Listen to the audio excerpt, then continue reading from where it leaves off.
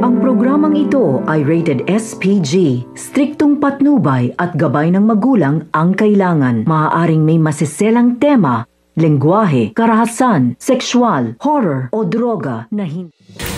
Habang nasa ospital nga ito nga si Doc Tanyag ay ibinigay na nga sa kanya ito nga pinapautos nga niya na lab result. Ngunit habang nga tinanggap niya nga ito ay parang nga may naaalala nga siya na kung saan nga ay nagutos nga siya sa kanyang kaibigan ito nga sa isang medtech sa DNA test. Ngunit malabo pa rin nga sa kanyang mga isipan kung ano nga ba ito. At dito nga niya nakita ang DNA test result. Ngunit napakalabo nga nito at pilit nga niyang inaalala kung ano nga ba ang resulta nga nito na kung saan nga nilalaman nga nito ay hindi nga niya tunay na anak itong si Zoe. Sa kabilang banda naman nga ay ngayon nga hindi nagtagumpay itong si Carlos na dukutin itong si Lynette ay sinabi niya nga kay Zoe na hindi siya nagtagumpay at ang plano nga niya ay ito naman si Doc Tanyag. Unti-unti na nga naaalala nga nito ni Doc Tanyag ang nakaraan nga niya kung saan nga nagpa-DNA test nga sila.